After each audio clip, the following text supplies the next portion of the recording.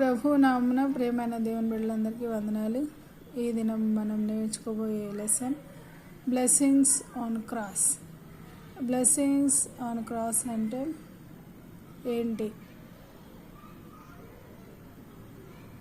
చూస్తున్నాం ఇక్కడ శిలువ ఆకారాన్ని చూడండి. ఇప్పుడు నిలువుగా ఉన్నటువంటి ఒక పోల్ అక్కడ మనకు కనబడుతుంది, తర్వాత అడ్డుగా ఉన్న పోల్ కనబడుతుంది. ఈ రెండింటిని మనం కలిపినప్పుడు ఇట్ మీన్స్ పైనుంచి నిలువుగా ఉన్నది న్యూ టెస్టిమెంట్, హెవెన్లీ బ్లెస్సింగ్స్ పైనుంచి మనం తీసుకుంటాం. ఈ వరల్డ్లీ బ్లెస్సింగ్స్ అంటే మన చుట్టూ ఉన్న వాళ్ళ బ్లెస్సింగ్స్ కూడా మనకు అవసరం. అందుకే దేవుని వాక్యంలో ఒక మాట రాయబడింది, దేవుని దయందును మనుషుల దయందును వర్ధిల్లాలి.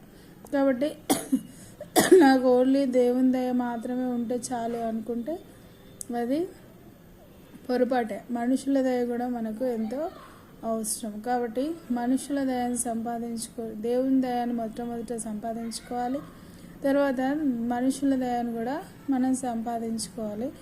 అప్పుడు ఈ శిలువలో ఉన్నటువంటి బ్లెస్సింగ్స్ ఏంటో మనం చూస్తాం. ఇక్కడ చూడండి, ఇక్కడ మనం లెఫ్ట్ సైడ్ చూసినట్లయితే జీసస్ అనే అక్షరాన్ని మనం ఈ సిలువ మనకు చూపిస్తుంది. జే అనే అక్షరాన్ని చూపిస్తుంది. జే అంటే మన జీసస్ అని అనుకోవచ్చు. తర్వాత ఎల్ అనే అక్షరం మనకి ఇంకొక సైడ్ చూపిస్తామది. రైట్ సైడ్ మనం చూసినట్లయితే ఎల్ అనే అక్షరం చూస్తుంది. దీనికి లవ్ అనేటువంటి పదాన్ని మనం చూస్తాం, ప్రేమ అనే పదాన్ని చూస్తాం. కాబట్టి యేసుక్రీస్తు ప్రేమ ఏం చేస్తుందంట, కంప్లీట్ అయింది. ఎక్కడైంది? సిలువలో సంపూర్ణము ఆయన చేశాడు ఆయన ప్రేమను. కాబట్టి ఆయన సంపూర్ణమైన ప్రేమతో మనల్ని ప్రేమిస్తున్నాడు. ఆ సంపూర్ణమైన ప్రేమ మనకి ఏం చేస్తుందంటే కంప్లీట్ బ్లెస్సింగ్స్ ఫాలోస్.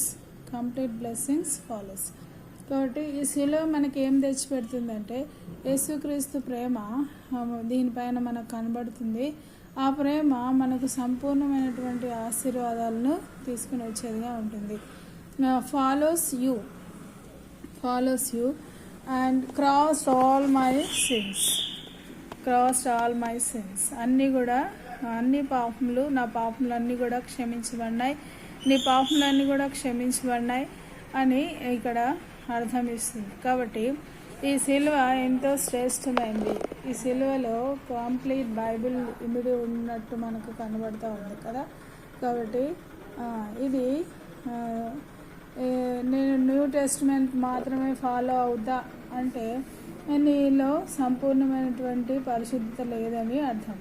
నేను ఓల్డ్ టెస్టిమెంట్ మాత్రమే ఫాలో అవుతా అంటే అక్కడ కూడా మనకు సంపూర్ణత కనిపించదు.